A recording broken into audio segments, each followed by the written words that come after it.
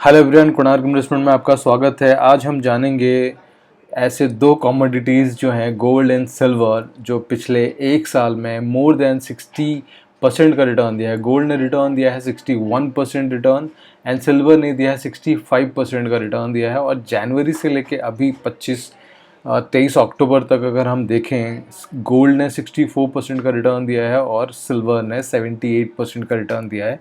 यानी कि अभी जनवरी से लेके अक्टूबर के बीच में ही सबसे ज़्यादा रिटर्न दिया है, मोर देन पिछले एक साल का भी अगर हम देखें उससे भी अगर 10 महीने के अंदर ही इन्होंने मेजरली रिटर्न दिया है। इसके पीछे रीज़न क्या है, क्यों इतना रैली किया है, वो भी हम जानेंगे। और सबसे पहला क्वेश्चन ये आता है कि अब इतनी रैली के बाद अब हमें क्या करना चाहिए, अब हमें इसे बाय करें, होल्ड करें या सेल कर दें।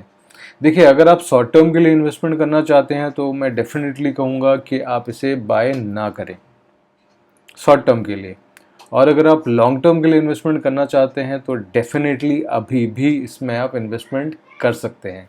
या फिर आपको अगर प्रॉफिट बुकिंग करनी है तो सर्टेन अमाउंट आप अपना कुछ प्रॉफिट बुक करके अभी आप एग्जिट कर सकते हैं कुछ टाइम के लिए।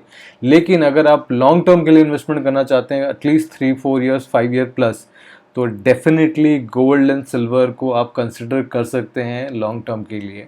और वन गो में इन्वेस्टमेंट ना करें, एसआईपी या फिर एसटीपी के थ्रू इसमें इन्वेस्टमेंट कर सकते हैं। तो चलिए इसको थोड़ा सा डिटेल में जानते हैं कि मैं जैसे आपको बोल रहा हूँ कि आप 5 साल के लिए इन्वेस्टमेंट कर सकते हैं, तो क्या वो रीज़न है जिसके वजह से मैं आपको बोल रहा हूँ कि गोल्ड को या सिल्वर को नेक्स्ट 5 ईयर्स के लिए इन्वेस्टमेंट कर सकते हैं।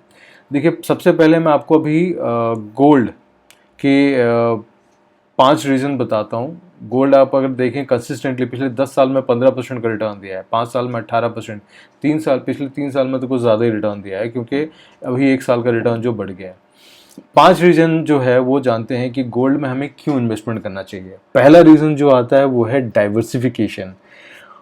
हमेशा ये एडवाइजेबल रहता है कि आप जो भी इन्वेस्टमेंट करें, किसी एक एसेट क्लास में आप पूरा इन्वेस्टमेंट ना करें। अपना जो इन्वेस्टमेंट है उसको डाइवर्सिफाई करें, यानी इक्विटी में कुछ करें, डेट में रहे, आपका गोल्ड में भी रहे, रियल एस्टेट में भी रहे।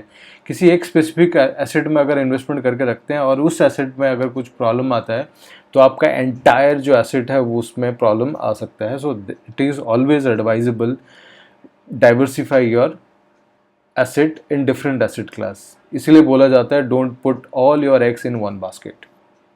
पहला रीज़न होता है डाइवर्सिफिकेशन।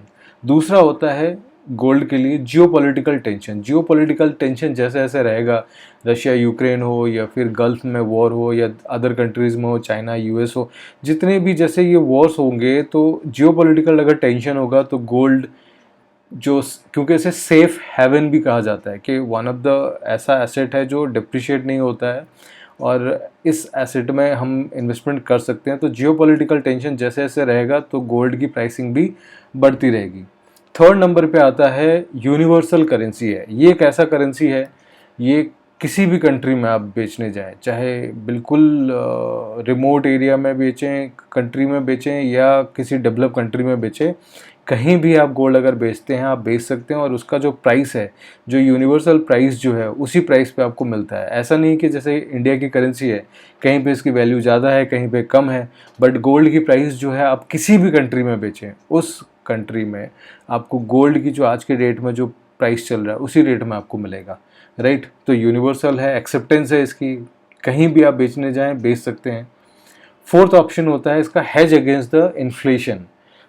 गोल्ड को अगर देखा जाए, जब से ये गोल्ड है तब से लेके जब भी हमारे जो भी इन्फ्लेशन बढ़ता है, जो एक रेट होता है, जैसे इंडिया में पिछले कई सालों से 5-6% 7% के आसपास रहा है, गोल्ड इसके ऊपर चलता है। तो इन्फ्लेशन, जो महंगाई रेट जिस रेट से बढ़ती है, गोल्ड उससे 1-2% एक्स्ट्रा बढ़ता है। अगर मान के चलो किसी ने आज के डेट में इन्वेस्टमेंट किया और 10 साल बाद गोल्ड को अगर वो सेल आउट करके उसका प्रॉफिट बुकिंग करता है और उस टाइम में जो महंगाई रेट बढ़ गया होगा, जो भी रेट होगा, गोल्ड उससे भी ऊपर होगा। यानी कि महंगाई रेट से ये ऊपर ही हमेशा 1-2% एक्स्ट्रा चलता है। तो इन्फ्लेशन को हेज करने के लिए one of the tool is gold. Fifth option होता है central bank across the country, चाहे वो इंडिया हो, रशिया हो, चाइना हो, सऊदी अरब हो, यूएस हो, अक्रॉस द अगर कंट्री हम देखें, हर कोई गोल्ड रिजर्व बढ़ा रहा है। There is a various reason, जैसे कि जियोपॉलिटिकल टेंशन हो या उनकी करेंसी डिप्रिशिएट हो जाता है। जैसे यूएस, अभी रशिया और यूक्रेन की जो वॉर हुई उसमें रशिया की करेंसी डिप्रिशिएट हो गई, तो वो अपनी करेंसी से आगे ट्रेड करने में उसको प्रॉब्लम होगी क्योंकि उसकी करेंसी डिप्रिशिएट हो गई है। लेकिन वो अगर गोल्ड से सेटअप करेगा, ट्रेड अगर करेगा, तो गोल्ड की प्राइसिंग यूनिवर्सल है, उसी प्राइस पे वो कर सकता है। तो that is also one of the reason across the globe central banks जो हैं वो अपना गोल्ड जो है रिजर्व वो बढ़ा रहे हैं। तो ये 5 रीज़न हो गया। पहला रीज़न होता है डाइवर्सिफिकेशन, दूसरा geopolitical tension, third is universal currency, fifth is hedge against the inflation, five is central bank अपना रिजर्व बढ़ा रहे हैं। ये 5 रीज़न हो गए गोल्ड के। सिमिलर मैं आपको सिल्वर का भी बताता हूँ कि सिल्वर को क्यों लॉन्ग टर्म के लिए आप बाय कर सकते हैं।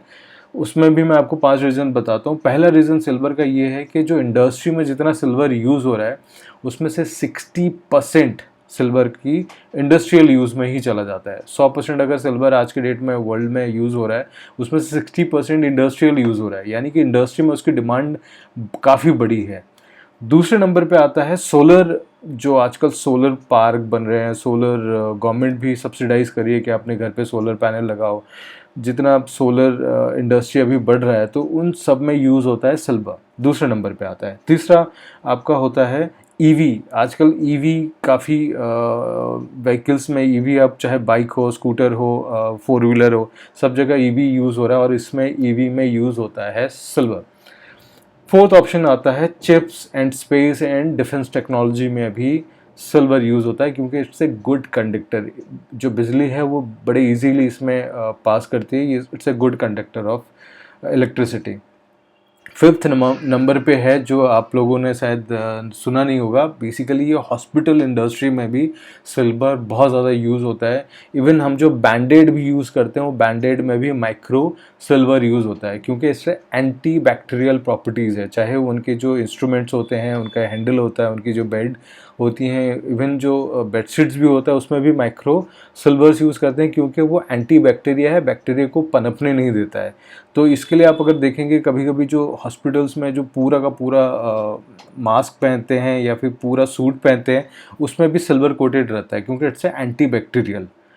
5 रीज़न हो गए सिल्वर के। पहला 60% मतलब मेजर इंडस्ट्री में यूज़ होता है। दूसरा सोलर पैनल में यूज़ होता है। थर्ड ईवी में यूज़ होता है। Fourth chip space and chip, जो चिप बन रही है उसमें चिप हो गया, स्पेस हो गया, या फिर डिफेंस सिस्टम इसमें होता है।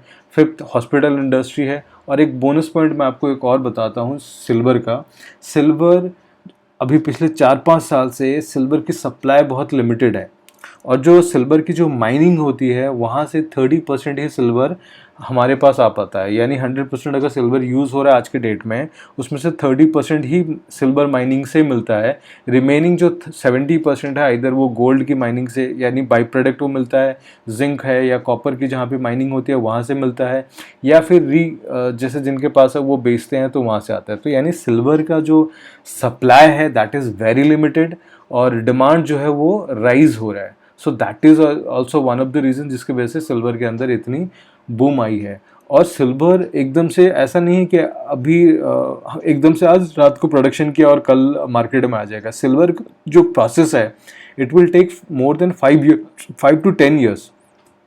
तो अगर आज के डेट में वो सारा प्रोसेस भी करें तो भी उसको टाइम लगता है एक उसका ज़्यादा सप्लाई करने के लिए।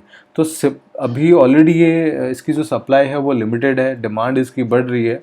जब तक इसका अगर अल्टरनेट अगर ढूंढ लेते हैं सिल्वर का तो इसकी प्राइस कम होता है।